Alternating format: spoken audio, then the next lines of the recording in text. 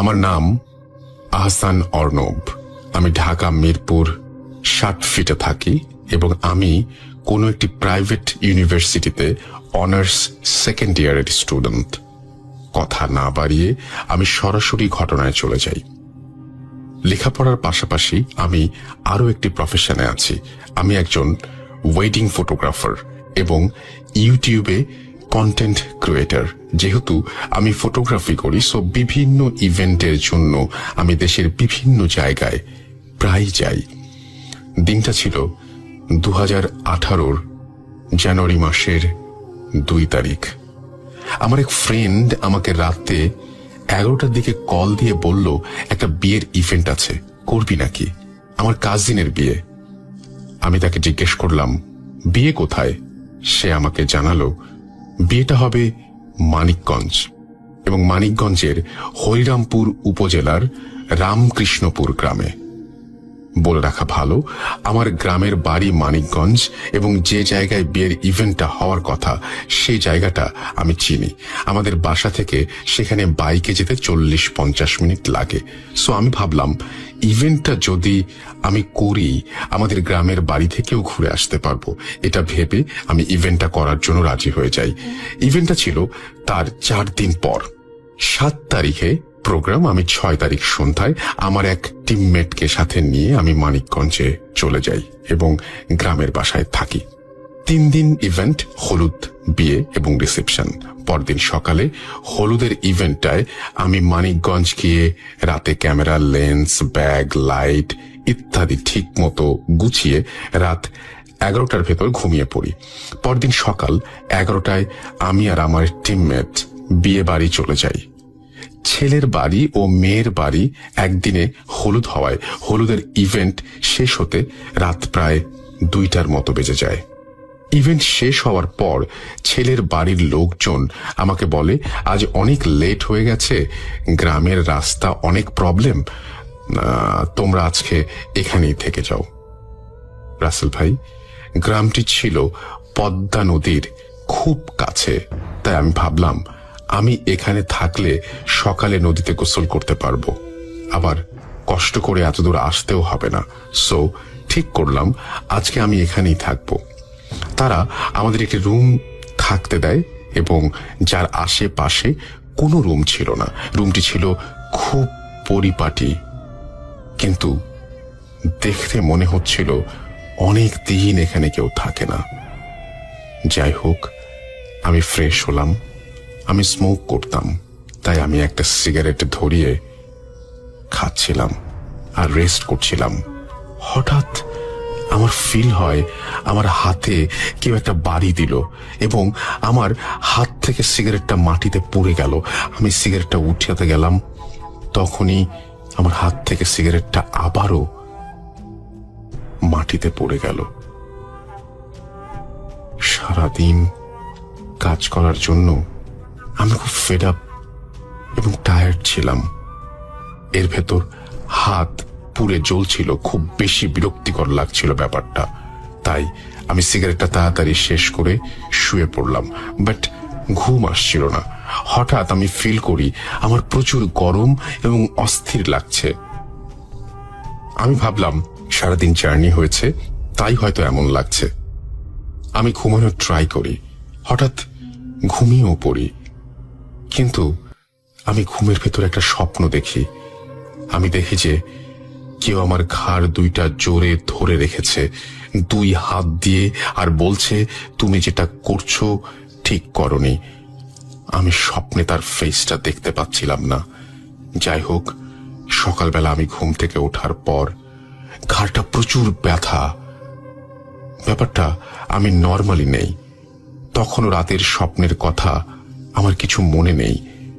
সেদিন ছিল বিয়ের ইভেন্ট। বিয়ের ইভেন্ট শেষ করে আমি সেদিন ডিরেক্ট আমাদের গ্রামের বাসায় চলে যাই। আমার গ্রামের বাসায় কেউ থাকে না, তাই অনেকগুলো রুম খালি ছিল। কোনো কারণে আমি আমার টিমমেট 2 জন আলাদা রুমে ঘুমাবো, তাই ঠিক করলাম। আমি সেদিন খুব তাড়াতাড়ি ঘুমিয়ে পড়ি। সময়টা ঠিক জানি না, হঠাৎ আমার দম বন্ধ হয়ে আসছিল। আমি চোখ খুলি এবং দেখতে পাই কেউ আমাকে খুব জোরে ধরে রেখেছে। কিন্তু যখন আমি ভালো করে খেয়াল করি, আমি দেখি একটি কাফনের কাপড় পরা মানুষ, আর সেটি দেখতে খুব বেশি কালো, আমাকে শক্ত করে ধরে রেখেছে। আমি প্রচুর ভয় পাই, হাত পা কাঁপছিল। কাফন পরা মানুষটি আমার দিকে বড় বড় চোখ করে তাকিয়েছিল, আর তখনও শক্ত করে ধরে রেখেছিল। আমি চিৎকার করতে চাচ্ছিলাম, বাট পারছিলাম না। এভাবে কতক্ষণ গেছে মনে নেই। হঠাৎ আমি আজানের সাউন্ড শুনতে পাই এবং দেখতে পাই আস্তে আস্তে কাফন পরা কালো মানুষটি আমাকে ছেড়ে চলে যাচ্ছে। আমার শরীর হালকা হয়ে আসে। আমি কিভাবে যেন ঘুমিয়ে পড়ি। সকাল 10টায় আমার ঘুম ভাঙে একটি ফোন কলে। ঘুম থেকে ওঠার পর দেখি আমার কালকের ঘটনা ও আগের দিনের স্বপ্নের কথা মনে পড়ে। কেন যেন খুব ভয় লাগতে থাকে। আমি একটু সিক ফিল করি, বাট তবু রিসেপশনের প্রোগ্রামের জন্য সেই বিয়ে বাড়িতে আবার যাই। আমাদের যেই রুমটাতে থাকতে দেয়া হয়েছিল, আমি সেখানে গিয়ে রুমটা লক করে দেখতে পাই। কেন জানি আমার একটু সন্দেহ হয়, তাই আমি বাড়ির একজনকে জিজ্ঞেস করি বিয়ে বাড়ির ওই রুমটা লক কেন। সে আমাকে জানায় ওই রুমটাতে দাদা থাকতো, খুব ভালো মানুষ ছিলেন তিনি। সব সময় নামাজ কালাম পড়তেন, কোনো ওয়াক্তের নামাজ কাজা করতেন না। সব থেকে মজার ব্যাপার, তিনি 103 বছর জীবিত ছিলেন। তিনি মারা যাবার পর ওই রুমটা বন্ধই থাকতো। সেদিন আমাদের সেখানে থাকতে দিয়েছিল, কারণ বিয়ে বাড়ি অনেক গেস্ট ছিল, তাই থাকার জায়গা ছিল না। সেদিন আমার ইভেন্টের কাজ শেষ করে আমি আবার বাসায় চলে আসি, বাট কেন যেন আমার সব সময় খুব ভয় লাগতে থাকে। আমার মনে হয় আমার আশেপাশে কেউ আছে, আমাকে টাচ করতে চাচ্ছে। মানসিকভাবে আমি অসুস্থ হয়ে পড়ি। ঢাকাতে এসে আমাদের মসজিদের হুজুরকে পুরো ব্যাপারটা আমি শেয়ার করি। তিনি আমাকে বলেন, যেহেতু ওইটা একটা নামাজি এবং ইমানদার মানুষের রুম ছিল, সেখানে কেউ থাকতো না, সেই কারণে ভালো কিছু জিন থাকতো। তুমি সেখানে স্মোক করেছো, যার কারণে রুমটা নাপাক হয়ে গেছে। এতে তাদের হয়তো অস্বস্তি লেগেছে বা তারা ডিস্টার্ব ফিল করেছে। এই জন্যই তারা আমাকে বিভিন্নভাবে ভয় দেখানোর চেষ্টা করেছে। হুজুর আমাকে পানি পড়া দেন এবং বলেন নামাজ পড়তে এবং স্মোকিং ছেড়ে দিতে। আমি তারপর থেকে রেগুলার নামাজ পড়ি, স্মোক করা বাদ দেই। আল্লাহর রহমতে কিছুদিন পর আমি ঠিক হয়ে যাই। আমার লাইফ নর্মাল হয় এবং আমি নর্মালভাবে লাইফ লিড করি। এই ছিল আমার ঘটনা। ভালো লাগলে শোনাবেন। আমার ঘটনা যদি পড়া হয় আমাকে প্লিজ একটু জানাবেন। এরপরে তিনি তার ফোন নাম্বার শেয়ার করেছেন। ঘটনাটা কেমন লাগলো আমি সেটা জিজ্ঞেস করব না। আমরা যে ঘটনাগুলো পেয়েছি তার মধ্যে one of the best story এটা। এখন আমি যেটা বলবো আপনাকে সেটা হচ্ছে যে আপনার এই যে আজকে যে ঘটনাটা আমি পড়লাম, আপনি খালি একবার চিন্তা করে দেখুন যে এই ঘটনাতে কোনো একটা জায়গায় আপনি শুয়ে আছেন, গভীর রাত, হঠাৎ করে আপনি দেখলেন কাফন পরা কেউ একজন আপনাকে জড়িয়ে ধরছে। কেমন লাগবে আপনার? কেমন অনুভূতি হবে? এবং আপনি আপনার ঘাড় নাড়াতে পারছেন না, আপনি আপনার শরীর নাড়াতে পারছেন না। কেউ আঁকড়ে ধরে রেখেছে আপনাকে। একজন বৃদ্ধ, 103 বছর বয়স, কাফনের কাপড় পরা। চোখ বন্ধ করুন, জাস্ট ভাবুন। শুনছেন ভূত.com। আমরা চলে যাব আমাদের পরের ঘটনায়। Voot.com. The fear returns with Russell.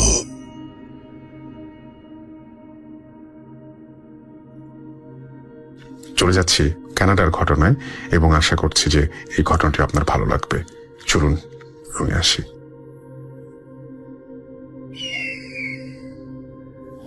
আসসালামু আলাইকুম রাসেল ভাই, ভূত.com শ্রোতা বন্ধুরা। আমি সাবরিনা, টরন্টো কানাডা থেকে। অনেক বছর ধরেই ভাবছি ভূত FM এ এসে আমার গল্পগুলো শেয়ার করব। আমার গল্পগুলো হচ্ছে আমার একান্তই আমার, সবই ভূতের বলবো না, জিন ধরে নিতে পারে। আমি ভূত আছে বিশ্বাস করি না, তারপরও ভয়ে ভয়ে কাটে আমার সব সারা দিন সারা রাত আমি একা কখনো ঘুমোতে পারি না, টিনেজ বয়স থেকেই। আমার সাথে ভূতের ঘটনা অনেক। আমি একটা একটা করে শেয়ার করতে চাই, যদি রাসেল ভাই আপনি প্রচার করেন তাহলে আমি আরো বলবো। আমি খুব রিসেন্ট একটি ঘটনায় যাচ্ছি। সেটি হচ্ছে গত বছর কোরবানি ঈদের পরের দিন হঠাৎ রাস্তা ফাঁকা, আর হঠাৎই আমাদের ইচ্ছে হলো আচ্ছা আমরা একটা মহাস্থানগড় বেরিয়ে আসি। তারপর যে ভাবা সেই কাজ, রাতে হুটহাট ডিসাইড হলো খুব আর্লি আমরা বেরিয়ে যাব, হুইচ ইজ ফজরের আজানের পর। দেন আমরা ঘুম থেকে উঠে স্টার্ট করেছি, তখন আজান দিচ্ছে এরকম এক টাইমে। রাস্তায় কোনো গাড়ি ছিল না, ফাঁকাই বলা চলে। আশুলিয়া পর্যন্ত গিয়েছে, অলমোস্ট গাড়ি ছিলই না। হঠাৎ দু একটি গাড়ি হয়তো যাচ্ছে, এরই মধ্যে আশুলিয়ার ওই যে সোজা রাস্তাটা চলে গেছে যমুনা ব্রিজে ওঠারও বেশ আগে, ওখানে একটা নির্জন রাস্তায় হঠাৎই আমার মনে হলো, হঠাৎ মানে কয়েক সেকেন্ডের মধ্যে আমি দেখলাম একটা খুব সাজগোজ করা মহিলা গাড়ির একেবারে কর্নারে। অথচ রাসেল ভাই গাড়ি যখন যে চালাচ্ছে ফাঁকা একটা রাস্তায়, কিন্তু অনেক দূর থেকে দেখা যায় যে গাড়ির সামনে কেউ আসছে বা পাশে কেউ দাঁড়াচ্ছে বা গাড়ির কাছাকাছি কেউ আসছে, সবই দেখা যায়, রাইট? আমরা 5 জন গাড়িতে ছিলাম, আমার হাজবেন্ড, আমার 2 ভাই, ভাইয়ের বউ এবং আমি। যাই হোক, ওরা 4 জন কিছুই দেখেনি। আমার হাজবেন্ড গাড়ি চালাচ্ছিল, পাশে আমার ভাই বসা। আমি দেখেছি গাড়ির কোনার মধ্যে মেয়েটা বাড়ি খেলো। মেয়েটা এত সাজগোজ করা, বেগুনি সুন্দর একটা শাড়ি পরা, চুল ছাড়া, হাতে অনেকগুলো চুড়ি পরা, বেশ সাজ করা, জুয়েলারি পরা। আমি ভাবছি এই সকালবেলা গাড়িতে, আমি এই করে বলতে পারছিলাম না কি হচ্ছে। হঠাৎই আমার ভাই বলল, আল্লাহ, একটা মহিলা তো গাড়ির সাইডে বাড়ি খেলো মনে হয়। গাড়িটা থামালাম, থামিয়ে দেখি বাড়ি তো খায়নি। গাড়ি যেখানে থামিয়েছি হঠাৎ দেখি কি সেই মেয়ে আমাদের দিকে তাকিয়ে তাকিয়ে নেচে নেচে চলে যাচ্ছে পিছনের রাস্তায়, মানে সোজা রাস্তাটা ধরে সে একেবারে রাস্তার মাঝখান ধরে হাঁটছে। সেই বেগুনি শাড়ির আঁচলটা উঠছে, হাত ঘুরিয়ে ঘুরিয়ে নাচছে আর তাকাচ্ছে ঘুরিয়ে ঘুরিয়ে গাড়ির দিকে। যতবার আমরা তাকাই সে তাকায়। এরপরেই হঠাৎই গাড়িতে উঠতে যাব, তখন দেখি যেই জায়গাটায় আমাদের গাড়ি দাঁড়ানো সেই জায়গায় ধরেন 6-7 জন লোক, একই রকম কাপড় পরা, একেবারে ধবধবে সাদা, একেবারে মার দেওয়া, মনে হচ্ছে এখনই আয়রন করে নিয়ে এসছে। আর সুন্দর টুপি পরা, বেশ ফর্সা, বেশ লম্বা। চেহারা কেন দেখিনি বা মনে করতে পারছি না, আমি জানি না। চেহারা দেখিনি বা মনে করতে পারছি না। একই জায়গায় দাঁড়িয়ে আছে, তারা কোন দিকে তাকিয়ে আছে বুঝতে পারছি না। তবে তাদের দাঁড়ানো আর ভাবভঙ্গি দেখে মনে হচ্ছে তারা কোনো ফিউনারেলে যাচ্ছে। আই মিন, আমার মনে হয় কারো জানাজা পড়তে যাচ্ছে বা কাউকে কবর দিয়ে ফিরছে, ঠিক জানি না। একই কাপড় পরা সবারই, একই রকমেরই দাঁড়ানো, শুধু কোন দিকে তাকিয়েছে তা তখনও বুঝিনি। আমি এখন যখন ভাবি তখনও জানি না। তো এরপর আমরা বেশ অনেকক্ষণ দাঁড়াতে চাইলাম ওখানে, অনেকক্ষণ চিন্তা করলাম আমরা যাব কিনা রাস্তাটা ধরে। আবার ভাবলাম আচ্ছা না, যা হয়ে গেছে। তারপর তো আর কিছু দেখছি না। তারপর আমরা মহাস্থানগড় দেখে ভালোভাবেই ফিরেছি। বাট ঘটনাটা আমাকে এখনো মাঝে মধ্যে ভাবায় যে কি ছিল, মেয়েটাই বা কে ছিল এত সুন্দর। এখনো আমি চোখ বন্ধ করে এখনই যখন বলছি আপনাকে ঘটনাটা, আমি সেই বেগুনি কালার, সে অদ্ভুত সুন্দর বেগুনি, আর সে এত সুন্দর জুয়েলারি পরা, সে যে মেয়েটা আমি এখনো চোখ বন্ধ করলেই দেখি। তো আজকের মতন এই ছোট গল্পটাই ছিল রাসেল ভাই। আমি পরবর্তীতে আরো গল্প শোনাতে চাই। জিনের গল্প বলবো আমি। ভূত যেহেতু বিশ্বাস করি না, ভূত নেই, কোরআন শরীফে যেহেতু জিন আছে, জিনে বিশ্বাস করি। এই জিন সম্পর্কিত ঘটনা আমার জীবনে প্রচুর ঘটেই চলেছে। কি অদ্ভুত ভাবে এইসব নিয়ে বেঁচে আছি। যাই হোক, সবাই ভালো থাকবেন, করোনার দিনে যত্ন নেবেন সবাই। দূর থেকে সবার জন্য শুভকামনা রইল। আচ্ছা, এখন যেটা করব সেটা হচ্ছে একটা ঘটনা প্লে করব। এই ঘটনার শিরোনামটা আমরা দিতে পারি অলৌকিক। হ্যাঁ, কিছু ঘটনা ভয়ের, কিছু ঘটনা অলৌকিক। অলৌকিক ঘটনাগুলো কিন্তু ভয় ধরায়, কখনো কখনো আরো বেশি ভয় ধরায়। চলুন না শুনে আসে একটা অলৌকিক ঘটনা। Stay tune.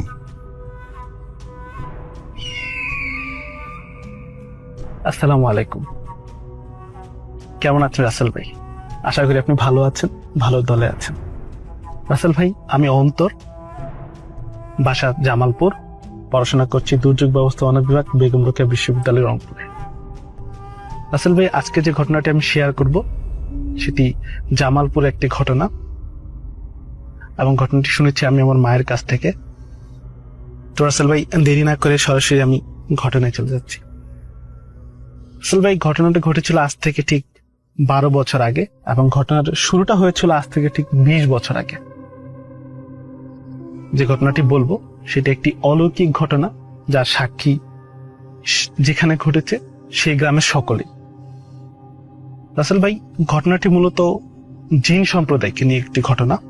সেই জিন সম্প্রদায় কিন্তু রাসেল ভাই লক্ষ্য করবেন যে মানুষের মতো তারাও কিন্তু আল্লাহ তাআলার ইবাদত করে। তো একটা জিন সম্প্রদায়ের একজন পীর ছিল, সে পীরটার নাম ছিল খস পীর। সেই খস পীরের ঘটনা আজকে শেয়ার করছি। রাসেল ভাই, ঘটনাটি বলতে গেলে প্রথম আমাকে একটা ধাপ বলতে হবে, তারপর আমাকে আরেকটা ধাপে যেতে হবে। প্রথমে ঘটনাটা আসলে কিভাবে শুরু। রাসেল ভাই, লক্ষ্য করবেন একটা অজপাড়াগায় গ্রামে পাশ দিয়ে ব্রহ্মপুত্র নদটা গিয়েছে। তো সেই নদে যখন পানি শুকিয়ে যায় তখন মানে ছোট ছোট ছেলে মেয়েরা কিন্তু সেখানে গোসল করতে যায়। সুযোগ পেলে আমরাও যাই। তো সেই অল্প পানিতে কিছু ছেলে মেয়ে গোসল করতে গিয়েছে, তারা গোসল করছে। তো হঠাৎ একদিন প্রতিদিনের মতো তারাও গোসল করতে গিয়েছে, আবার সেই এলাকার কিছু ছেলে মেয়ে। তো হঠাৎ একটা আচমকা ঢেউ, ভাই মানে একদম অল্প পানি, যদি ঢেউ আসে আপনার সর্বোচ্চ হলো কোমর পর্যন্ত আসতে পারে। তো একটা আচমকা ঢেউ সকলের উপরে চলে আসে। চলে আসার পর যখন ঢেউটা চলে যায়, দেখে একটা মেয়ে মিসি, একটা ছোট মেয়েকে পাওয়া যাচ্ছে না। তো অনেক গুরুতর একটা অবস্থা তৈরি হয়ে যায়। মানুষের চিল্লা চিল্লিতে অনেকে চলে আসে, অনেক খোঁজাখুঁজি করে। রাসেল ভাই, ডুব দিয়ে খোঁজার মতো কিছু পাওয়া যাচ্ছিল না। তো পাশেই ছিল রাসেল ভাই একটা দৌটা হচ্ছে রাসেল ভাই গ্রামের ভাষায় যাকে বলা হয় হচ্ছে নদীর পানি যেখানে সে ঘুরপাক খায় একটা কোনায়, এবং সেই দৌটা অনেক সময় এত পরিমাণ গর্ত হয় যে অনেকটা সাগরের কোন একটা তলদেশের সমান হতে পারে। অনেক দৌড় আছে যে তল খুঁজে পাওয়া যায় না, এমন কথা আমরা অনেক সময় শুনে থাকি। তো দৌড়টা অনেক দূরে ছিল, তো সবাই অনেক খোঁজাখুঁজি করলো, ডুবুরি আসলো, ডুবুরি দৌড়তে গেল, কিন্তু সেই মেয়েকে আর খুঁজে পাওয়া গেল না। কিভাবে কেটে গেল দীর্ঘ 7টা বছর। 7 বছর পর বা তারও বেশি হতে পারে যে সবাই ভুলে গিয়েছিল সেই ঘটনাটা। তো সেই গ্রামে বাস করতো একটা বালক। সে তখন যৌবন পার হয়ে প্রাপ্তবয়স্ক হয়ে গিয়েছে।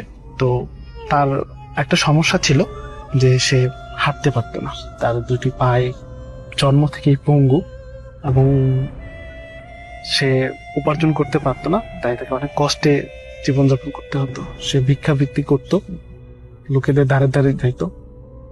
তাছাড়া তার মনে অনেক কষ্ট ছিল, সে আল্লাহর কাছে সবসময় ফরিয়াদ জানাতো যে সে কি পাপ করেছিল জীবনে, তার জীবনে এত কষ্ট কেন। আমি জানি না উপর আল্লাহ শুনে ফেলেছে কিনা। তো হঠাৎ একদিন রাতে সে স্বপ্ন দেখে স্বপ্নে কেউ একজন তাকে বলছে, তুই আমার কাছে আয়, তোর সব কষ্ট দুঃখ দূর হয়ে যাবে। প্রথম দিন সে পাত্তা দেয় না। তারপর দ্বিতীয় দিন সে আবার স্বপ্ন দেখে, তুই আমার কাছে আয়, তোর জীবনের যত কষ্ট দুঃখ আছে সব দূর হয়ে যাবে। তো সে হুজুরের কাছে দেয়। হুজুর বলে, হয়তোবা আপনি খুব বেশি আল্লাহর কাছে ফরিয়াদ জানাচ্ছেন, হয়তোবা আপনার কোন একটা অলৌকিক শক্তি আপনাকে ডাকছে, নয়তোবা আপনি যেটা ভাবছেন সবসময় সেটাই আপনি রাতে স্বপ্ন দেখছেন। তো আরো কিছুদিন চলে যাওয়ার পর হঠাৎ একদিন সে নূরের মতো সুন্দর একটা বৃদ্ধ লোককে দেখতে পায় তার স্বপ্নে। সে বৃদ্ধ লোকটি তাকে বলে, তুই আমার কাছে আয়, তার দুঃখ কষ্ট সব দূর হয়ে যাবে। তো সে মানে তার মনে একটা বিশ্বাস তৈরি হয় হয়তোবা তার দুঃখ কষ্ট একসময় দূর হবে। তো হঠাৎ তিনি আরেকদিন রাতে আবার স্বপ্ন দেখেন। তাকে বলা হয় যে এই দৌড়টার কাছে তুই আয়, এই দৌড়ের কাছে এসে তুই একটা ডুব দিবি, ফজরের নামাজের ঠিক আগ মুহূর্তে তুই একটা ডুব দিবি, ডুব দিলেই তুই আমার কাছে আসতে পারবি, তুই আমার কাছে আয়। তো তার মনে ভয়ও কাজ করে, সেই দৌড়টা খুব খারাপ ছিল, সেখানে কেউ পড়ে গেলে মানে তার বাঁচার সম্ভাবনা খুবই ক্ষীণ। তো আসলে জীবনের প্রতি তার একটা বিতৃষ্ণা চলে আসছিল সেই বালকটার। তো সে সবকিছু ছেড়ে দিয়ে, সে তার জীবনের মায়া ছেড়ে দিয়ে সে একদিন গভীর রাতে উঠে ফজর নামাজের আগ দিয়ে সে দৌড়ের কাছে আসে, এসে দৌড়ে একটা ডুব দেয়। সে ভাবছে সে মারা যাবে, সে ডুব দেওয়ার সাথে সাথে মানে সে আমাদেরকে যেভাবে বলেছিল, আমরা যেভাবে শুনেছি, সে বলল যে সে ডুব দেওয়ার সাথে সাথে সে একটা প্রাসাদের সামনে চলে আসে। এত সুন্দর প্রাসাদ যেটা সে সিনেমাতেও কখনো দেখেনি। সে প্রাসাদের সামনে দাঁড়িয়ে থাকে, সে প্রাসাদের দিকে হেঁটে যায়, সে দরজার কাছে যাওয়ার সাথে সাথে দরজাটা অটোমেটিক্যালি খুলে যায়। এবং রাসূল ভাই বিশ্বাস করবেন না, এত পরিমাণ সোনাদানায় ভরপুর ছিল প্রাসাদটা যে সে জীবনও কখনো দেখেনি। সে হামাগুড়ি দিয়ে দিয়ে সে প্রাসাদের ভিতরে প্রবেশ করে। প্রবেশ করার পর সে একটা ময়দানে চলে আসে। অনেকটা রাজারা, আমরা সিনেমায় দেখেছি রাজারা যেভাবে বসে থাকেন, তার মন্ত্রী বর্গ যেভাবে বসে থাকেন, ঠিক সেরকম একটা ময়দানে এসে দেখেন যে সিংহাসনে একটি সেই বৃদ্ধ লোকটা বসে আছে যাকে সে স্বপ্নে দেখেছিল। সে বৃদ্ধ লোকটা তাকে জিজ্ঞেস করে, তোকে আমি অনেকদিন আগে ডেকেছিলাম, তুই এত দেরি করলি কেন? আসলে ভাই সে কি বলবে, সে বালকটা কি বলবে, সে হতভম্ব হয়ে যায়, তার মুখে কোনো কথা নেই। সে বলল যে তুই কি চাস আমার কাছে? এই যে সোনাদানা দেখতে পাচ্ছিস, সেই সোনাদানাটা সব তোর, তুই নিয়ে যা যতটুকু পারিস। কিন্তু রাসেল ভাই আসলে মানুষের যদি মানে মন থেকে কোনো আকাঙ্ক্ষা থাকে যে আমার এটা দরকার, তখন লোভ লালসাও কিন্তু তাকে গ্রাস করতে পারে না। সে বালকটিকেও পারেনি। সে বালকটি বলল, না, আপনি আমার পা দুটো ঠিক করে দেন, আমি স্বাভাবিক মানুষের মতো হাঁটতে চাই। তো রাসেল ভাই, তো সেই জিনটি বলল যে খসপির যাকে বলা হয়, তো সে খসপির তাকে বলল যে ঠিক আছে, তোর পা দুটো আমি ঠিক করে দিচ্ছি, তোকে আমাকে একটা কথা দিতে হবে। বলে, কি কথা? তোকে আমি স্বাবলম্বী করে দিব, তোকে ধন দৌলত দিব, তোর কথা আমার ভালো লেগেছে, তুই মানুষের কোনো ক্ষতি করতে পারবি না এবং সুস্থ স্বাভাবিক ভাবে ইমানের সহিত চলাফেরা করবি। তো সে রাজি হয়। রাজি হওয়ার পর সে যখন তাকে কিছু ধন দৌলত দেওয়া হবে, তো সে ভিতর থেকে বৌমা বলে ডাকবে, বৌমা তাকে কিছু স্বর্ণ মুদ্রা দিয়ে দাও। তো সেই মেয়েটা যখন ভিতর থেকে আসে, আসল ভাই অবাক হয়ে যায় যে সেই মেয়েটা যে নদীর ধারে হারিয়ে গিয়েছিল, যে মেয়েটা, সেই মেয়েটা এসে তাকে স্বর্ণ মুদ্রা দেয় এবং মেয়েটাকে দেখে সে চিনে ফেলে। সে তাকে নাম ধরে ডাকে, মেয়েটা সাড়া দেয়। সাড়া দেওয়ার পর সেই জিনটা বলে যে হ্যাঁ, তুই তাকে চিনতে পেরেছিস, ভালো করেছিস। আসলে ওই মেয়েটাকে আমার ছেলে খুব পছন্দ করেছিল, তাই তাকে আমি নিয়ে চলে এসেছি এবং আমার ছেলের সাথে বিবাহ দিয়েছি। তুই যদি ভালো হয়ে যা, তুই যখন ফিরে যাবি, গিয়ে তার পরিবারকে বলবি যে তার মেয়েটা ভালো আছে। বিশ্বাস করেন রাসেল ভাই, সে যখন মানে হঠাৎ করে দেখে যে সে তাকে বলা হয় তুই চোখ বন্ধ কর, সে চোখ বন্ধ করার সাথে সাথে দেখে সে পানির ভিতর এবং সে প্রায় উপরে চলে এসেছে পানির। সে পানির উপরে আসে। উপরে আসার পর যখন সে উঠার চেষ্টা করে, দেখে তার পা একদম ঠিক। সে বিশ্বাস করতে পারছিল না। সে সেখান থেকে উঠে ভেজা শরীরে সে হেঁটে বাসায় আসে। বাসার সবগুলো লোক দেখে অবাক যে কিভাবে সম্ভব, এবং তার সাথে অনেক স্বর্ণ মুদ্রা। এবং রাসেল ভাই মানে পুরো গ্রামবাসী সবাই চলে যায় তার কাছে যে কিভাবে সম্ভব হলো, তোমার পা কিভাবে ঠিক হলো। তখন সবার কাছে সেই ঘটনাটি শেয়ার করে এবং আজকে সে স্বাবলম্বী, সৎ, তার দিনটা খুব ভালো যাচ্ছে। তো এই ছিল আমার ঘটনা রাসেল ভাই। এই অলৌকিক ঘটনার সাক্ষী আমরা সবাই। আশা করি লিসনারদের ঘটনাটি ভালো লেগেছে। রাসেল ভাই যদি প্রচার করেন ভালো লাগবে, আর যদি আরো কোনো ঘটনা পাই অবশ্যই ইনশাল্লাহ আপনাদেরকে পাঠাবো। সকলে ভালো থাকবেন, ধন্যবাদ। এবারের ঘটনাটা এসছে সিঙ্গাপুর থেকে। আপনিও আপনার ঘটনা পাঠান পৃথিবীর যে কোনো প্রান্ত থেকে russell.booth.com@gmail.com এ। আমি আপনার ঘটনা প্রচার করব ভূত.com এ।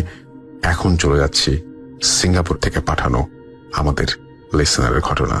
Stay tune.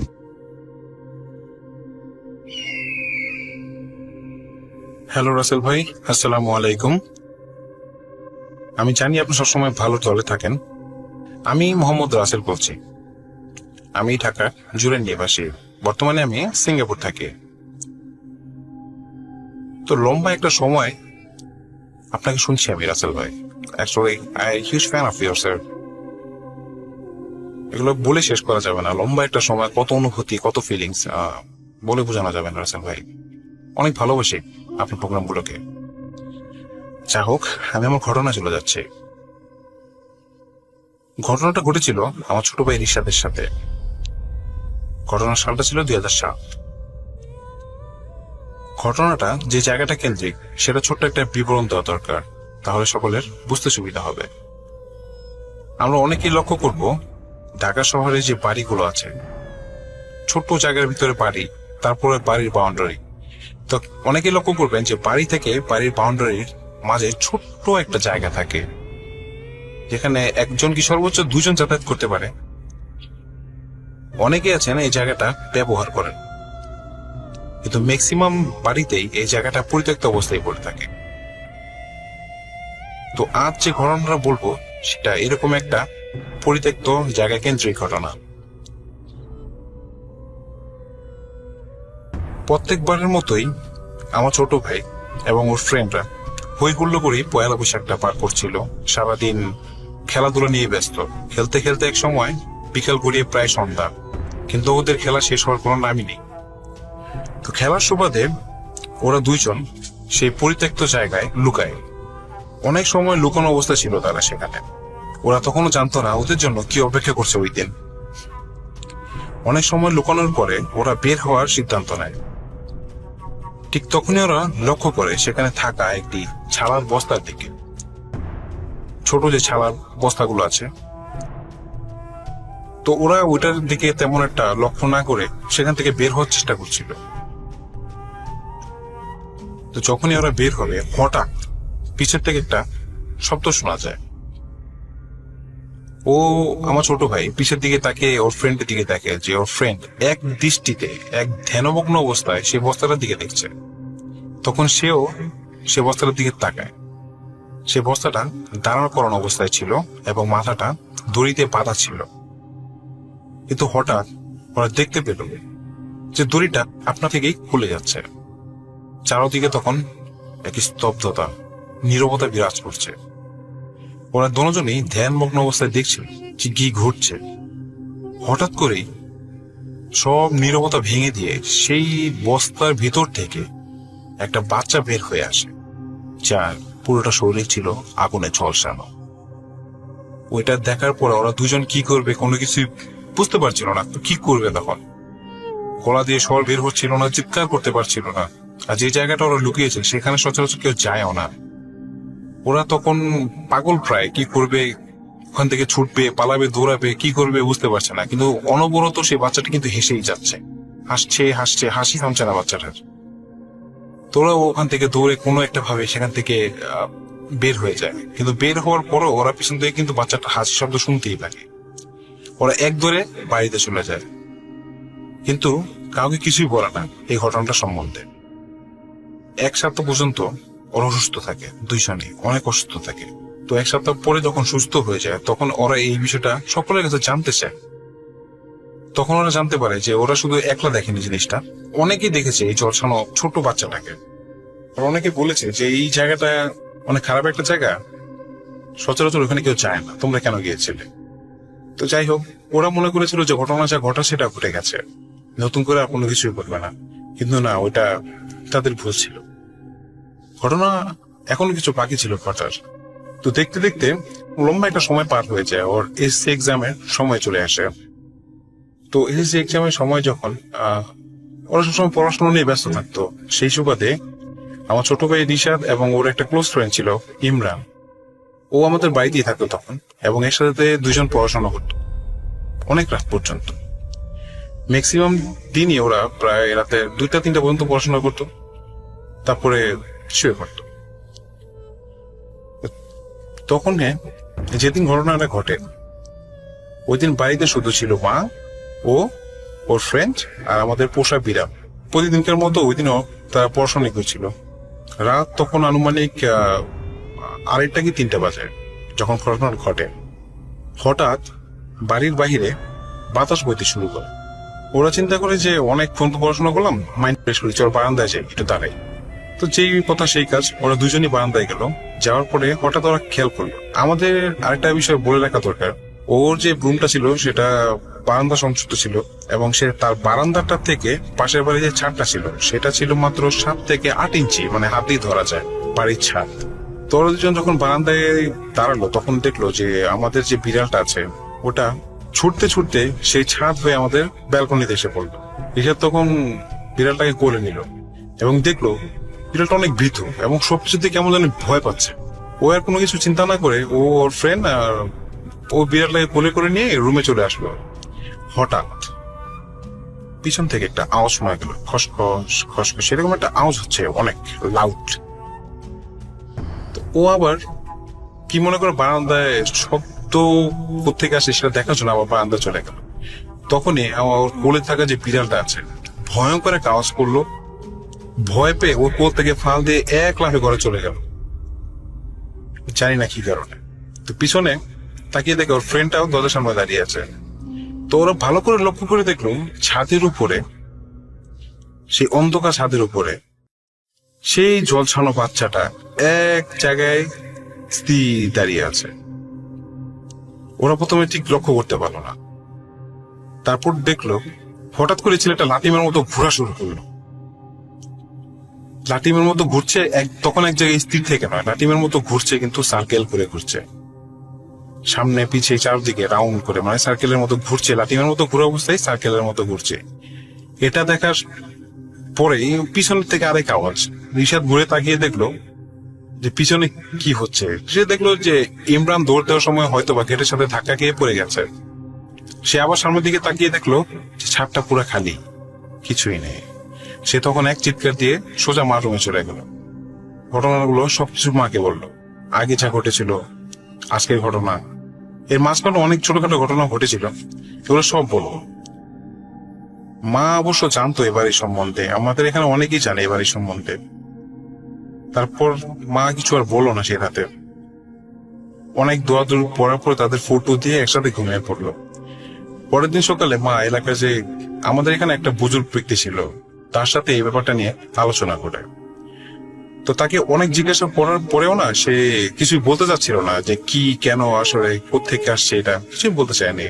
শুধু একটু কি বলেছে, যত তাড়াতাড়ি পারো এলাকাটা চেঞ্জ কর, যত তাড়াতাড়ি পারো এলাকাটা চেঞ্জ কর, এই তার শেষ কথা। মা অনেক চেষ্টা করেছে যে ঘটনাটা জানতে, কি সমস্যা, কি কারণে এটা দেখতে পাচ্ছে বা কি কারণে এরকম দেখা যাচ্ছে, সে কিছুই বলেনি। তো মাও আর তাকে জোর করেনি জানার জন্য। তো এর কিছুদিন পরে আমরা এলাকাটা চেঞ্জ করি। তো এই ছিল আমার ঘটনা রাসেল ভাই। জানি না কতটুকু গুছিয়ে বলতে পেরেছি। longlifeboot.com। ভালো থাকবেন সকলে। আসসালামু আলাইকুম রাসেল ভাই। Spirit, be here with me.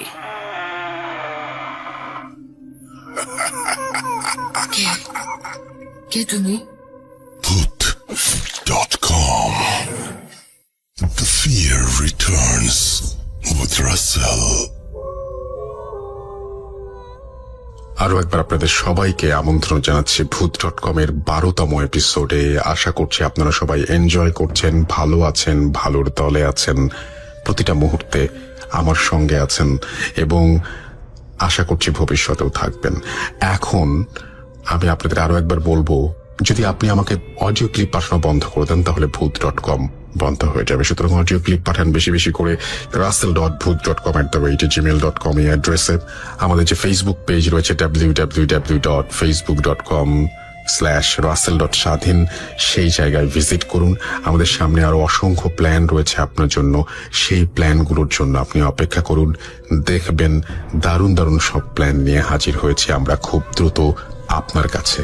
এখন যে ঘটনাটা প্লে করব এইটা এসেছে সৌদি আরব থেকে, এবং আমি চাই যে সৌদি আরবে আমাদের প্রচুর বাঙালিরা আছেন, রেগুলার সৌদি আরব থেকে ঘটনা আসে। সবাই যেন সুস্থ থাকেন, সবাই যেন নিরাপদে থাকেন, সবাই যেন আবারও সুস্থ অবস্থায় ফিরে আসতে পারেন জন্মভূমিতে। এবং আমরা একটা কথা আপনাকে বলতে চাই, সেটা হচ্ছে আমরা তো মোটামুটি ভালোই আছি। আপনারা নিজের খেয়াল রাখুন, নিজের চিন্তা করুন, নিজেকে সুস্থ রাখুন। চলুন চলে যাই সৌদি আরবের ঘটনায়। হ্যালো রাসেল ভাই, আমি জানি আপনি সবসময় ভালোর দলে, তাই আর জিজ্ঞেস করলাম না আপনি কেমন আছেন। আমি শরীফুল ইসলাম বলছি সৌদি আরব থেকে। আমি এখানকার একটা গভর্নমেন্ট প্রজেক্টে ইঞ্জিনিয়ার হিসেবে কর্মরত আছি। আমার দেশের বাড়ি কুমিল্লা, আর আমার নানার বাড়ি হচ্ছে চৌদ্দগ্রাম। এখানে আমার নানার বাড়ি উল্লেখ করার একটাই মাত্র কারণ, তা হচ্ছে যে আমি এখানে যে ঘটনাটা উল্লেখ করব সেটা আমার নানার বাড়ি কেন্দ্রিক। আমি ঘটনাটা উল্লেখ করার আগে কিছু বিষয় একটু বর্ণনা দিতে চাই। আমার নানার ফ্যামিলিতে যে কয়েকজন সদস্য আছে, তখনকার সময় আমার নানা, নানু, আমার মামা 4 জন। তার ভিতরে একজন বড়জন, উনি ফ্যামিলি নিয়ে বিদেশ থাকে। আর আমার মামা 2য় জন, এবং উনি এবং ওনার ওয়াইফ, এবং আমার মামা 3 নাম্বার, উনি এবং ওনার ওয়াইফ। আমার নানা নানু 2 জন, আর আমি আর আমার ইমিডিয়েট বড় ভাই, আমরা 2 জন থাকতাম আমার নানার বাড়িতে। সঙ্গত কারণেই আমরা আমার নানার বাড়িতে পড়াশোনার কারণে থাকতে হতো, যার কারণে আমার আম্মু আমাদের সাথে বেশিরভাগ সময় সেখানেই থাকতেন। যাই হোক, আমি আসলে ঘটনায় আসি। এটা প্রায় 2001 সালের ঘটনা। তো আমার নানার বাড়িতে আমরা বিকেলবেলা বেশিরভাগ সময় ছাদের উপরে ক্যারাম খেলতাম। তো ক্যারাম আপনার আমার মামিরা এবং আমরা, আমার মামারা, আমার ভাইয়ের সঙ্গে আমরা বিভিন্ন সময় খেলতাম। ঠিক তেমনই একদিন বিকেলবেলায় আমরা ক্যারাম খেলছিলাম ছাদের উপরে। তো আমার 2 মামি ছিলেন দুপাশে, আমি ছিলাম এক পাশে, অপর দিকে আমার আর একটা মামা ছিলেন। তো আমরা সবাই হঠাৎ করে ফলো করলাম যে আমার মামি হঠাৎ করে ঠিক দাঁড়ানো অবস্থা থেকে 1 সেকেন্ডের ভিতরেই নিমেষে উনি পড়ে গেছেন। আমি আর একটু বলে নেই, তখন আমার 3 নাম্বার মামিটা ছিলেন প্রেগন্যান্ট, ওনার বেবি হবে। তো আমরা ভেবেছি হয়তোবা শারীরিক দুর্বলতা, এ ধরনের কোনো সমস্যা, যার কারণে উনি পড়ে গেছেন। আমার 2য় মামি আমাকে বলেন যে কিছু পানি নিয়ে আসার জন্য। আমি দ্রুত গিয়ে নিচ থেকে পানি নিয়ে আসলাম, ওনার মাথায় পানি দেওয়া হলো, উনি ঠিক হয়ে উঠলেন। আমরা জানতাম না আসলে এটা কেন হয়েছে, আমরা যেটা ভেবেছিলাম সেটাই। যাই হোক, ওনাকে আমরা জিজ্ঞেস করলাম যে কি হলো, আপনার কি হয়েছে। উনি বললেন যে আসলে আমি বুঝতে পারিনি এটা কি হলো। যাই হোক, আমরা সেদিন পরিবারের আর কাউকে তেমন কিছু বলিনি। এর কিছুদিন পর আমরা যেটা ফলো করলাম সেটা হচ্ছে যে আমরা প্রায় সময় দেখি আমার মামি হুট করেই পড়ে যান। এটা এমন না যে এটা মাথা ঘুরাচ্ছে, মাথা ঘুরিয়ে উনি পড়ে যাচ্ছে, এরকম কিছুই না। তো এটা দিনকে দিন তীব্রতর হতে শুরু করলো। যেমন ধরুন আপনার মানে আজকে হয়েছে, 1 সপ্তাহ পরে এটা হয়েছে, কয়দিন পরে দেখা গেল যে এটা 3 দিন পরে হচ্ছে, 4 দিন পরে হচ্ছে, এভাবে হতেই শুরু করলো। এখন আমার নানা ছিলেন আবার ডাক্তার মানুষ, চৌদ্দগ্রামে আমার নানাকে সবাই চিনে, যদি উনি গত হয়েছেন যে অনেক দিন, এখনো নাম বলে চিনে। তো আমার নানা ওনার যেসব ব্যবস্থাপত্র ছিল সেগুলো দিয়ে উনি দেখলেন, ওষুধ দিলেন, ওষুধ পাতি দিলেন, যেগুলো কোনো কাজে আসলো না। যাই হোক, ইতিমধ্যে আমার মামির ডেলিভারি টাইম হলো। উনি ডেলিভারির জন্য ওনাকে কুমিল্লায় নেওয়া হলো, ওনার একটা বেবি হলো। কিছুদিন পর ওনাকে যখন নিয়ে আসা হলো, তখন একদিন সন্ধ্যায় আমার আম্মু আমার মামার নতুন বেবিটাকে নিয়ে কোলে বসে আছে, ঠিক আমার নানুর ডাইনিং স্পেসে, অর্থাৎ আমার নানাদের ডাইনিং স্পেসটাতে। এখানে আমি একটু ঘরের বর্ণনাটা দিতে চাই, এই জন্য যে তাহলে আপনার বুঝতে একটু সুবিধা হবে। আমার নানার ঘরটাতে ছিল টোটাল 6 রুম। তার ভিতরে উত্তরে ছিল 2টা রুম এবং দক্ষিণে ছিল 2টা রুম। মাঝখানের রুমটা অনেক বড় ছিল, এটা ছিল ডাইনিং স্পেস, আর পূর্ব পাশের রুমটা ছিল ছোট আকারে, এটা বারান্দা হিসেবে ব্যবহার করা হতো। উত্তর পাশের পূর্ব রুমটা ছিল আমার নানা নানুর, আর পশ্চিম পাশের রুমটা ছিল আমার দ্বিতীয় মামা এবং দ্বিতীয় মামির। আর পশ্চিম পাশের রুমের উত্তর পাশের মাঝখানের রুমটা ছিল ডাইনিং স্পেস, আর ডাইনিং স্পেসের ঠিক দক্ষিণ পশ্চিম পাশের রুমটা ছিল আমার তৃতীয় মামা এবং মামির। আর তাদের পূর্ব পাশের রুমটাতে থাকতাম আমি আর আমার ভাইয়া। যাই হোক, যে দুটুকু বলতেছিলাম সেটা হচ্ছে যে আমার আম্মু একদিন সন্ধ্যাবেলা আমার মামাতো ভাইকে নিয়ে কোলে নিয়ে বসে আছে।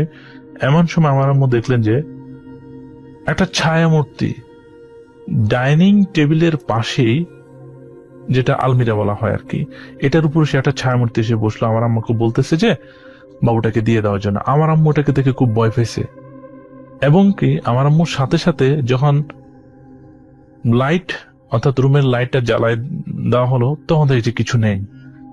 আমার আম্মু নিজের মনের একটা হয়তো বা অবান্তরিত কোনো ভুল ভেবে এটাকে অ্যাভয়েড করলো, এটা কাউকে কিছু বলেনি। ঠিক তার কয়েকদিন পরে একদিন সন্ধ্যাবেলায় আমার মামি আমাকে বলে যে তুমি একটা কাজ করো, তুমি কিছু দোকানে যাও, গিয়ে কিছু চা নিয়ে আসো, আমরা নাস্তা করবো একসাথে। তো উনি কিছু নাস্তা তৈরি করলো, আমি চা নিয়ে আসলাম। আমি ওনাকে চাটা দেওয়ার পরে ওনার রুমে থেকে যখন বের হবো, আমি আমার সামনে মনে হলো যেন আমি একটা ছায়া মূর্তি দেখলাম এখানে। কিছুক্ষণ পর এটা আমার চোখের সামনে থেকে ভ্যানিশ হয়ে গেল, আমি কিছুই বুঝতে পারলাম না আসলে এটা কেমন হলো। যাই হোক, আমি এটা কারোর সাথে কিছু শেয়ার করে, এটা আমার অথবা ভুল থাকতে পারে। ইতিমধ্যে আমার মামির যে সমস্যাটা ছিল সেটা হচ্ছে যে মাথা ঘুরে পড়ে যাওয়া। এখন এটা তীব্র থেকে তীব্রতর হচ্ছে দিন দিন। এর কয়েকদিন পরে আমার নানু একদিন আমার মামা বেবিটাকে অর্থাৎ নতুন বাবুটাকে নিয়ে উনি রাত্রেবেলায় বসে আছেন ডাইনিং স্পেসে আমার মামির পাশে। আমার মামি ঘুমাচ্ছিলেন, তখন ছায়ামূর্তিটি ঠিক আলোর মধ্যে এসেই আমার নানুকে বলতেছে যে বাচ্চাটাকে দিয়ে দেওয়ার জন্য। আর এটা দেখে আমার নানু খুব চিল্লা ফেলা শুরু করে দিছে, এটা কি রে, ওটা কি রে, এইরকম কিছু একটা। এটা আমার নানুর চিল্লা ফেলা শুনে সবাই আসলো। আসার পরে আপনার সবাই দেখলো যে এটা নাই। আমার নানু তখন সবাইকে বললো যে আমি এরকম একটা বিষয় দেখেছি, এরকম এরকম। তো যাই হোক, সবাই এটা নিয়ে পরিবারের ভিতরে আসলে খুবই চিন্তিত। এমন সময় রাতের বেলা আমার নানা আসলো, আসার পরে এটা আমার নানাকে জানানো হলো। একটু বলেই রাখি যে আমার নানার একজন চাচাতো ভাই ছিলেন মৌলবী, উনি আসলে এই বিষয়গুলো নিয়ে কাজ করতেন, অনেক কিছু জানেন। তো উনাকে খবর দেওয়া হলো, উনি আসলেন। উনি আসার পরে যেটা আমাদের এখানে করা হয় যে জিন চালা দেওয়া হয়, এরকম কিছু একটা, যে জিনদেরকে ডাকানো হয়। তো উনি উনার পরিচিত কয়েকটা জিনকে ডাকলেন, ওই জিনগুলো আসলেন এবং কি উনি উনার মতো করে কাজটা করলেন। কিভাবে করছেন সেটা আমরা জানাব। উনি যেটা বলেছেন যে ঘটনাটা ছিল এরকম, আমার মামির উপরে অনেক শক্তিশালী একটা জিনের আসর আছে, যেটা ওনার বাড়ির পাশের একটা বাঁশঝাড় ছিল, ছোটবেলা থেকে ওনাকে এটা আসর করে আছেন, যার কারণে এই সমস্যাগুলো হচ্ছে, যে ছায়ামূর্তি আসতেছে, উনি মাথা ঘুরে পড়ে যাচ্ছে। আসলে এটা হচ্ছে যে ওই জিনেরই কাজ। এখন আমার নানা বললেন যে এটার এখন এই পথ থেকে কিভাবে মুক্তি পাওয়া যায়। তখন উনি বললেন যে উনার কাছে যেসব জিন আছে এটা ওদের কাছে আসলে সেভাবে পারবে না, এটাকে অন্য কোনো পথ দিতে হবে। তো যাই হোক, আমার নানা এই বিষয় নিয়ে চিন্তা করলেন এখন কি করা যায়। এমন অবস্থায় আমার নানা বাড়িতে একজন কাজের লোক ছিলেন, তখন উনি বললেন যে পাশের গ্রামে একজন মহিলার উপরে জিন আসে, উনি জিন চালা দেয়, যে উনার কাছে গেলে হয়তোবা এটার সমাধান মিলতে পারে। তো আমার নানা ঠিক কয়েকদিন পরে ওই গ্রামে গেলেন। এখন মজার বিষয় হচ্ছে যে আমার নানা যখন ওইখানে গিয়েছেন, ওই মহিলাটা একটা পর্দার ভিতরে বসে একটু বিকৃত স্বরে কথা বলে। যখন ওনার উপরে জিন আসে তখন আমার নানা ওখানে যাওয়ার পরপরই উনি পর্দা থেকে আমার নানাকে সালাম দিচ্ছে যে সালাম আলাইকুম, এরকম কিছু একটা।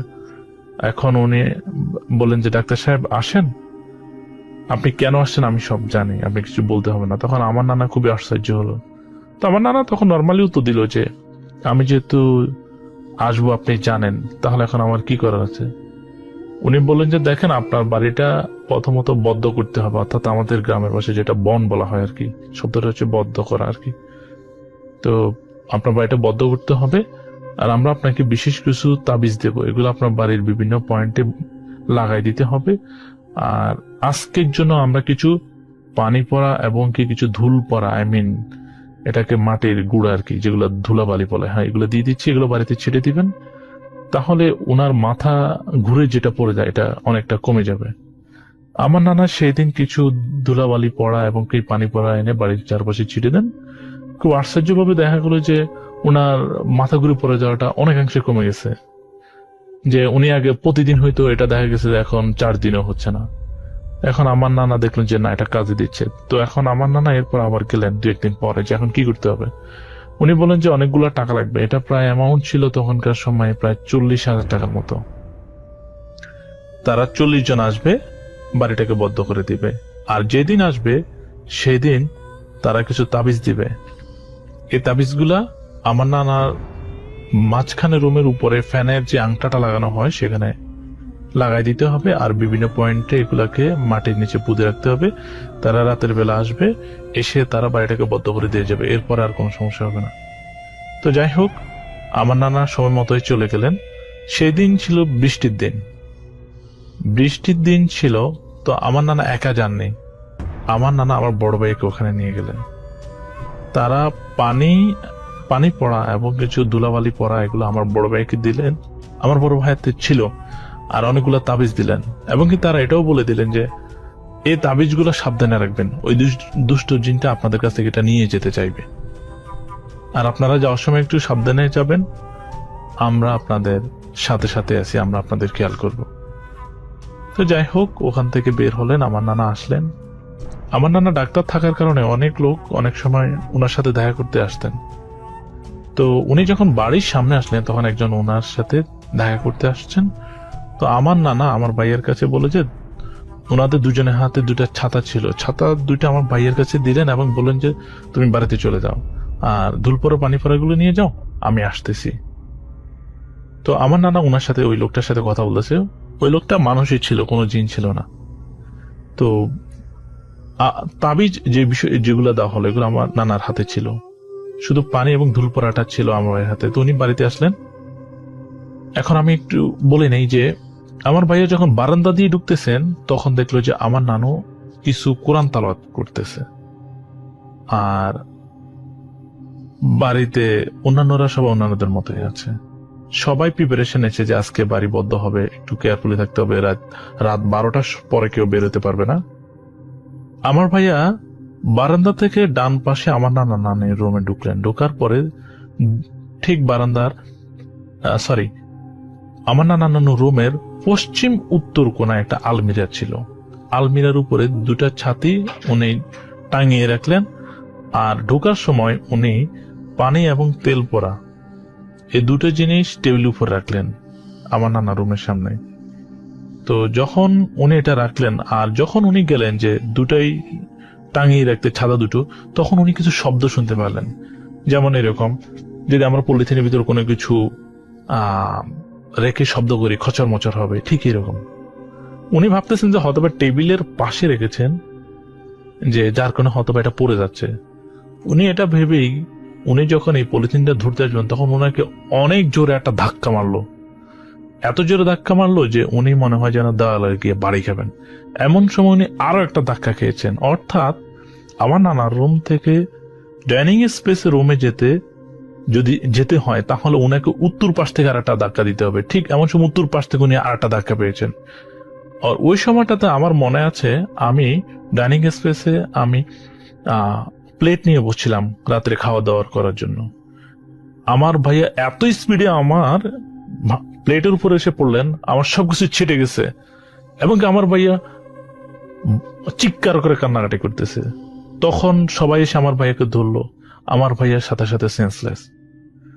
এখন আমার নানা কিছুক্ষণ পর আসি, যখন উনি এখানে চিল্লাপাল্লা শুনলেন ঘরে কি হয়েছে, উনি আসলেন, আসার পর জিজ্ঞেস করলেন যে কি হয়েছে। তখন আমরা ওনাকে বললাম যে এই ঘটনা। সেদিন আমার মামাকে নিয়ে আমার নানা আবার জিনের কাছে গেলেন। তখন উনি বললেন যে আমি তো আপনাদেরকে বলেছি সাবধানে থাকতে। আপনার নাতি যখন টেবিল উপরে এগুলো রাখছে, দুষ্ট জিনটা ভেবেছে যে এখানে হয়তো বা তাবিজ আছে, সেগুলো ধুলোবালির ভিতরে খোঁজা শুরু করছে। কিন্তু তাবিজটা ছিল আপনার কাছে, আমরা ছিলাম আপনার কাছে, কাছে কিনে ছিলাম আপনার। যখন আমরা দেখলাম যে আপনার নাতিকে ধাক্কা দিয়েছে, তখন আমরা দ্রুত গিয়ে তাকে আরেকটা ধাক্কা দিয়ে মাঝখানের রুমে আমরা পাঠিয়ে দিয়েছি, না হলে আপনার নাতি তখনই মাথা পেটে মরে যেত। যাই হোক, আমার ভাইয়া এর পর থেকে খুবই অসুস্থ ছিলেন, প্রায় 10 দিন উনি অনেক জ্বরে ভুগছেন। পরবর্তীতে জিনগুলার চিকিৎসার কারণে উনি সুস্থ হয়ে উঠছেন। আর ওই দিন রাত্রে তারা 40 জন ঠিক 12টা বাজে এসে যেভাবে বলা হয়েছিল সেভাবে করানো হয়েছে। আর এই দিনের পরে আমার মামির আর কোনো সমস্যা হয় নাই, উনি সব মোটামুটি সুস্থ হয়ে গেছেন। তো এই ছিল আমার ঘটনা। যদি ভালো লাগে আমার ঘটনাটা পড়ে শোনাবেন। আর আমার জীবনে আরো কিছু ঘটনা আছে যেগুলো আমি সৌদি আরবে এসেও ফেস করেছি, ইনশাআল্লাহ এগুলো পরবর্তীতে শেয়ার করবো। ভালো থাকবেন। চলুন শুনে আসি আরো একটি চমৎকার ঘটনা ফ্রম বগুড়া।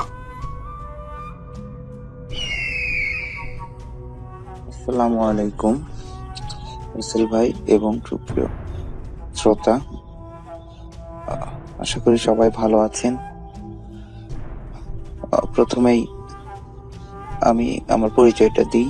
আমি মোহাম্মদ রকুনুল ইসলাম রকুন। আমার বাসা বগুড়া জেলার মহাস্থানের পাশে। আমি যে কাহিনীটা বলবো এটা আমার বাবার জীবনে ঘটে যাওয়া একটি ঘটনা। তখন সালটা সঠিক মনে নাই, তবু এটা 80-র দশকের ঘটনা হবে। আমার বাবার বয়স তখন 10 থেকে 12 বছরের মতো বয়স। এমন অবস্থায় আমার বাবা কুড়িগ্রাম জেলার কোন একটা হাফিজি মাদ্রাসাতে হেফজ পড়তেন। খুব বেশি বয়স না, তার কারণে তিনি তখন হয়তো বা 5 থেকে 10 পারার হাফেজ হয়েছেন। তো আমার বাবা একদিন বাড়িতে আসার জন্য রওনা দেয়। মাদ্রাসাতেই এশার নামাজ আদায় করার পরে ওখান থেকে বাড়ি মোটামুটি 1.5 ঘন্টার মতো পথ, হাঁটা পথ। সে সময় যোগাযোগ ব্যবস্থা অনেক খারাপ ছিল। তারপর কুড়িগ্রাম একটি প্রত্যন্ত অঞ্চল, সেই সুবাদে একটু তাড়াতাড়ি নামাজ আদায় করে চলে আসেন। প্রায় অনেকখানি চলে এসেছেন। এই অবস্থায় যদি রাস্তা দিয়ে যদি যায় তাহলে মোটামুটি আধা ঘন্টার মতো লাগবে। আর যদি রাস্তা দিয়ে না গিয়ে যদি ধানের ক্ষেত দিয়ে যদি যায়, সেই সময় গেলে তার সর্বোচ্চ 5 থেকে 10 মিনিটের মতো সময় লাগবে। তো আমার বাবা তখন মনে মনে ভাবে, যেহেতু ধানের জমিতে ধানও নেই, আসলে তখন ছিল বড় সিজন, ধান কেটে নিয়েছে, সেক্ষেত্রে তিনি দ্রুত যাওয়ার জন্য তিনি ধানের জমি দিয়েই তিনি হাঁটা পথ ধরেন। সময়টা ছিল শীতকাল, রাত তখন আনুমানিক প্রায় 9:30টার মতো বাজে। গ্রামের রাস্তা, তার ভিতরে আবার ধানের জমি দিয়ে যাওয়া। ওই সময় আসলে জনমানব শূন্য একটা জায়গা, শুধু চারদিকে কুয়াশা পড়তেছিল। পরিবেশটা এমনিতেই ভুতুরে একটা পরিবেশ। তার ভিতরে আমার বাবার বয়স তখন মাত্র 10-11 বছর বয়স। উনি অনেকখানি ভয় পেয়ে গেছিলেন। এই অবস্থায় হঠাৎ করে তিনি দেখতে পারেন তার মুখের সামনে একটি লাশের খাটিয়া এবং সেখানে মোটামুটি লম্বা, আসলে কেমন লম্বা এটা আনুমানিক মাপ আমার বাবা বলতে পারেনি। তো বললো লোকটা স্বাভাবিকের তুলনায় একটু লম্বা, লোক দুইটা, সাদা জুব্বা এবং মাথায় টুপি করে দাঁড়িয়ে আছে লাশের খাটিয়ার পাশে। তো আব্বু গিয়ে সামনে যা দাঁড়াতেই আব্বুকে সালাম দিল। ওনাদের মধ্য থেকে একজন সালাম দেওয়ার পরে আব্বু সালামের উত্তর নেওয়ার পরে আব্বুকে জিজ্ঞেস করলো যে হুজুর, আমাদের একটা উপকার করতে হবে। আমার বাবা ভয়ে ভয়ে বললেন যে কি উপকার? তখন তাদের মধ্যে থেকে একজন বলল যে আমাদের এক ভাই মারা গেছে, তো আমাদের জানাজা করাতে হবে, আপনাকে একটু কষ্ট করে জানাজাটা করে দিতে হবে। আমার বাবা তখন বলল যে আসলে ভাই দেখেন, আমি তো অনেক দূরের থেকে আসতেছি, আমি এশার নামাজ পড়ে বের হয়েছি, রাস্তার ভিতর আমার উজু এখনো আছে কিনা আমার সঠিক জানা নাই। তো এখানে উজুর তো কোনো পানিও নাই, আমি কিভাবে উজু করাই, আমি কিভাবে আপনাদের জানাজাটা করে দিই? তখন তাদের ভিতর থেকে একজন বলে উঠলো যে সমস্যা নাই হুজুর, আমরা জানি আপনার উজু ঠিক আছে, আপনি দয়া করে একটু পড়ে দেন। আব্বু তখন আবার বলল যে জানাজা তো করবো, কিন্তু লোকই তো নাই, লোক তো শুধুমাত্র আপনারা দুইজন মানুষ, যে জানাজা কেমন একটা লাগে।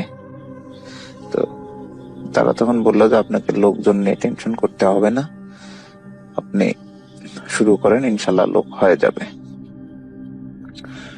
তো বাবা আর কথা না বাড়িয়ে তাড়াতাড়ি ভয়ে ভয়ে জানাজা শুরু করলেন। জানাজা শুরু করে একটা সময় যখন যে জানাজা শেষে যখন আমার বাবা সালাম ফিরানোর সময় তিনি ডান দিকে যখন সালাম ফিরালেন, তিনি একটু উকি দিয়ে দেখার চেষ্টা করলেন যে আসলে লোকজন আছে কিনা। তো তিনি দেখলো যে তার পেছনের কাতারে যতদূর পর্যন্ত চোখ যায়, ডান দিকে শুধু সাদা জুব্বা এবং টুপি পরিহিত অসংখ্য মানুষ দাঁড়িয়ে আছে এক কাতারেই। তারপরে যখন বাম দিকে সালাম ফেরাই, তখন বাম দিকেও দেখি সেম অবস্থা, দিকেও অনেক লোক দাঁড়িয়ে থেকে নামাজ পড়তেছে, সবার মাথায় টুপি এবং সাদা জুব্বা, প্রত্যেকটা মানুষই। তারপর যখন বাবা সালাম ফিরিয়ে যখন সামনে তাকায়, তখন দেখেন লাশের খাটিয়াও নাই এবং এর পাশাপাশি আপনার একটা লোকও নাই। পুরো ধানের জমিতে আমার বাবা শুধু একাই দাঁড়িয়ে। পরে দিন আমার বাবাকে অনেক ভয় লাগে এবং তিনি এক দৌড়ে বাড়িতে গিয়ে বাড়ির উঠানে চিৎকার করে অজ্ঞান হয়ে যায়। তারপরে তাকে পরের দিন সকালে তাকে মাথায় পানি ঢেলে সুস্থ করার পর আমার বাবা থেকে যখন জানতে চাওয়া হলো, তখন আমার বাবা গত রাতের কথা সব কিছু বলে এবং তারপরে আমার বাবার অনেক জ্বর আসে, প্রায় 7-8 দিনের মতো জ্বর হয়। জ্বরের পরে আবার বসন্ত ওঠার পরে তিনি আস্তে আস্তে সুস্থ হয়ে ওঠেন এবং পাড়ার অন্যান্য লোকজন বা ইমাম সাহেবের কাছে গিয়েছিলেন। তারা বলেছিলেন যে আসলে দিনগুলো ভালোই ছিল, তবে আমার বাবা যদি জানাজা পড়াতে যদি কোনো ভুল করতো তাহলে হয়তো বা অনেক বড় কোনো ক্ষতি করে ফেলতো। ধন্যবাদ রাসেল ভাই আমার গল্পটা শোনার জন্য। যদি আপনার ভালো লাগে থাকে তাহলে দয়া করে আপনার ভূত.com প্রচারিত করবেন এবং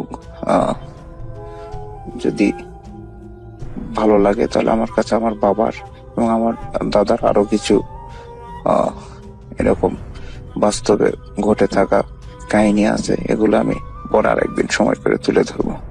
ধন্যবাদ সবাইকে। আসসালামু আলাইকুম ওয়া রাহমাতুল্লাহি ওয়া বারাকাতুহু। Welcome back. আরো একবার আপনাদের স্বাগত জানাচ্ছি। আমি রাসেল, শুনছেন ভূত.com এবং একটার পর একটা দারুণ দারুণ ঘটনা প্লে করছি আপনার জন্য। এই মুহূর্তে যারা যেখানে শুনছেন তারা সেখান থেকে হয়তো বেশিরভাগ মানুষই যেহেতু হোম কোয়ারেন্টাইনে আছেন, ঘর থেকে শুনছেন, ঘরে শুয়ে, ঘরে বসে, কেউ একা, কেউ হয়তো অনেকের সাথে, কোথাও হয়তো দুজন, কোথাও হয়তো তার চাইতে বেশি জন, কোথাও হয়তো একদম এক একটা মানুষ আপনি শুনছেন। চেষ্টা করুন একা হয়ে যেতে কিছুক্ষণের জন্য। এইবারের ঘটনাটা ঘর নিয়ে, যে ঘরে আমরা থাকি। চলুন শুনে আসি। আপনিও পাঠান আপনার ঘটনা russell.booth.com@gmail.com এ। অপেক্ষায় থাকলাম আপনার ঘটনায়। আপাতত চলে যাচ্ছি আমাদের এখনকার ঘরের ঘটনাটিতে। Stay tune. আসসালামু আলাইকুম রাসেল ভাই, আশা করি ভালোই আছেন এবং নতুন করে ভূত.com এ খোলার জন্য আপনাকে অভিনন্দন।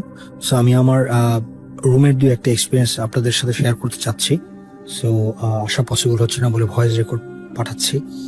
আমার বাসা মহাখালীতে। সো আমি যে রুমটাতে থাকি, তো ওই রুমে আমার তখনও বিয়ে হয়নি। সো আমি ওখানে ঘুমাচ্ছিলাম।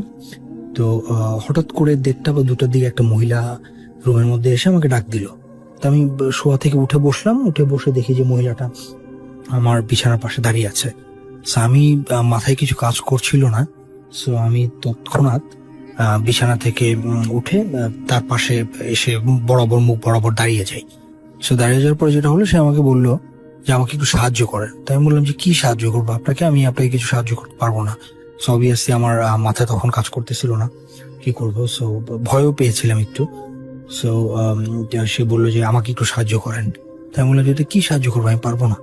তো একটু বলে রাখি যে আমি মহিলাটার চেহারাটা দেখতে পারিনি উনিকে, বাট মহিলাটা ঘুমটা পড়া ছিল, শাড়ি পরা ছিল।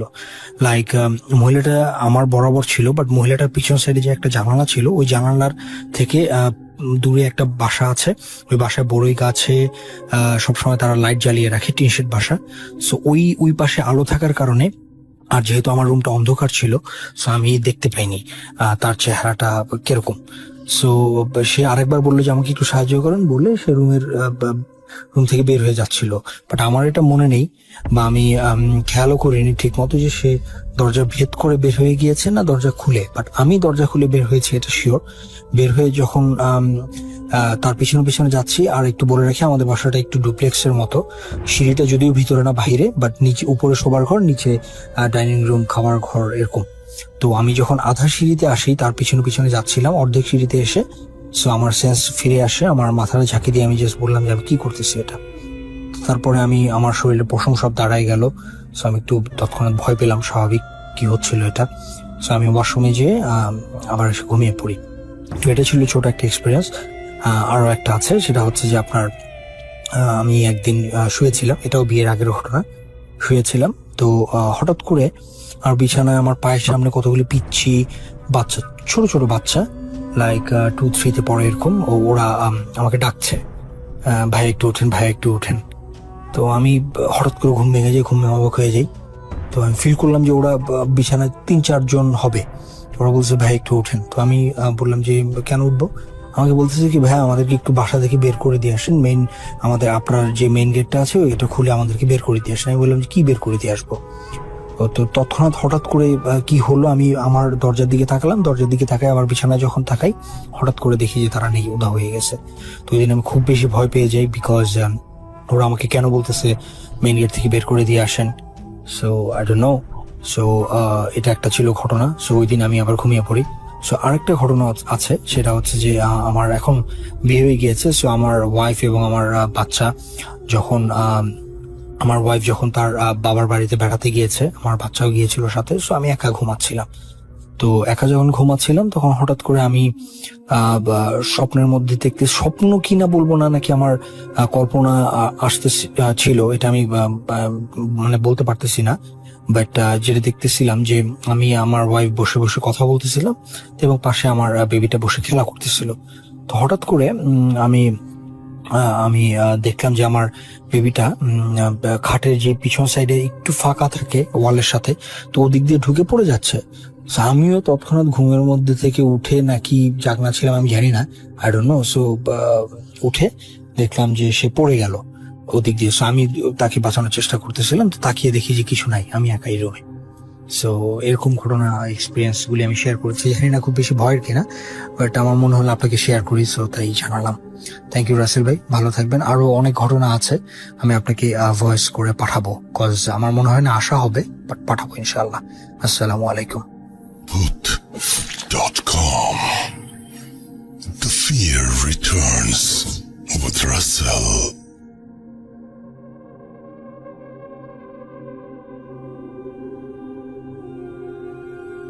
Welcome back. আপনাদের সবাইকে অনেক অনেক ধন্যবাদ এতক্ষণ পর্যন্ত আমাদের সাথে থাকার জন্য। অনেক অনেক শুভকামনা রইল।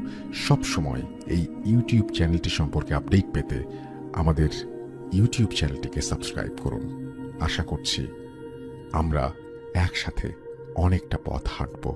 আজকের মতো এখানে বিদায় নিচ্ছি। সবাই ভালো থাকুন, সুস্থ থাকুন, মোস্ট ইম্পর্টেন্টলি ভূত.com এর সাথে থাকুন। আল্লাহ হাফেজ।